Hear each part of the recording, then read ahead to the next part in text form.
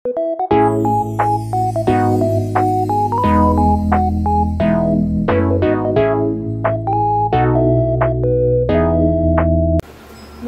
umaga mga bata. Tumayo muna ang lahat upang tayo ay manalangin. Sa ngalan ng Ama, ng Anak, ng Espiritu Santo. Amen. Panginoon, salamat sa araw na ito at kami ay iyong tinising upang mayroon kaming bagong matutunan sa aming misyon. Amen. Sa ngalan ng Ama, ng Anak at Espiritu Santo. Amen. Magandang umaga muli mga bata. Bago tayo magsimula ay sumayaw muna tayo at kumanta ng Kung Ikaw ay Masaya. Kung ikaw ay masaya, tumawa ka, ha ha. Kung ikaw ay masaya, tumawa ka, ha ha. Kung ikaw ay masaya, buhay mo ay sisigla. Kung ikaw ay masaya, tumawa ka, ha ha. Ay na kayong umupo. Kapag tinawag ang iyong pangalan, itaas ang kamay at sabihin, nandito po ma'am. Mabuti naman at walang lumiban sa klase. Magandang umaga muli mga bata. Kamusta naman ang iyong pakiramdam ngayon? May papakita ako mga larawan at ang siyang makakasagot ay makakatanggap ng good job. Una, ano kaya sa tingin niyo ang nararamdaman ng batang ito? Tama. Pangalawa, ito, ano kaya sa tingin niyo ang nararamdaman ng batang babae? Very good. Sunod, ano kaya ang nararamdaman ng batang ito?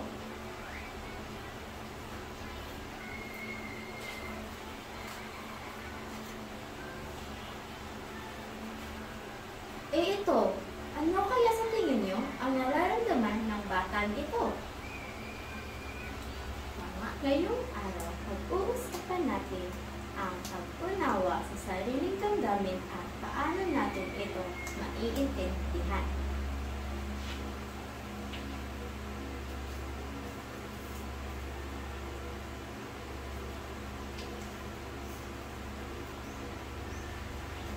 Ano nga ba ang pag-unawa sa sariling damdamin?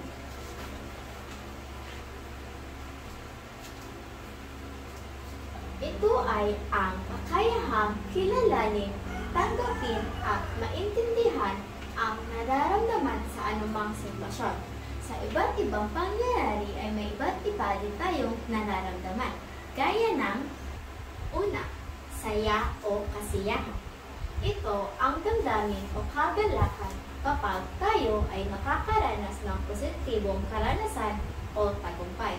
Hindi ba kapag may positibong nangyayari sa ating buhay ay tayo ay masaya o malikhalik? Halimbawa ay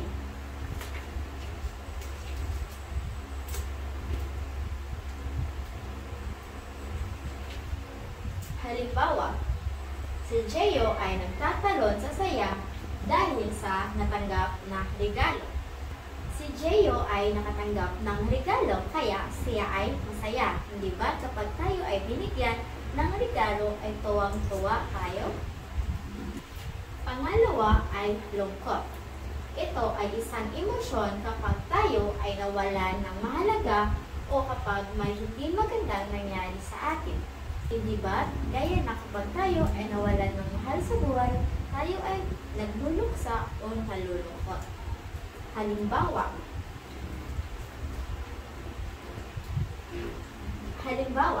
umuwi si Ana na matamlay dahil hindi siya nakapasa sa pagsusulit.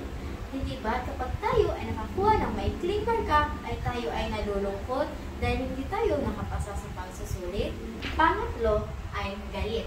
Isang emosyon na nararamdaman kapag tayo ay naiinis, nadismaya, o dahil sa hindi makatarungan o nakakainis na sitwasyon. Hindi ba't minsan ay bigla na lang tayong naiinis o kaya nadismaya sa ating nakikita? Halimbawa, nagalit si Ali sa kanyang kaklase dahil sinira ang kanyang pencil case. Hindi ba kapag tayo ay may nasira na gamit ay naiinis tayo or nagagalit lalo na iba ang nakagawa nito? Pang-apat ay takot. Ito ay nararamdaman kapag mayroong panganib o banta sa kaligtasan o kapag tayo ay nag-alala sa hindi inaasahang pangyayari. Tayo ay natatakot lalo na hindi natin inaasahan na mangyayari iyon. Halimbawa, nagtatago sa ilalim ng kumot dahil sa malakas na kulog. Sa araw-araw, nararanasan natin ang iba't ibang damdamin sa anumang sitwasyon na ating hinaharap. Naiintindihan mga bata? Ngayon ay ating alamin kung meron ba kayong natutunan sa ating leksyon ngayon. Ngunit, kumuha muna kayo ng isang pirasong papel. Ito ang inyong gagawin.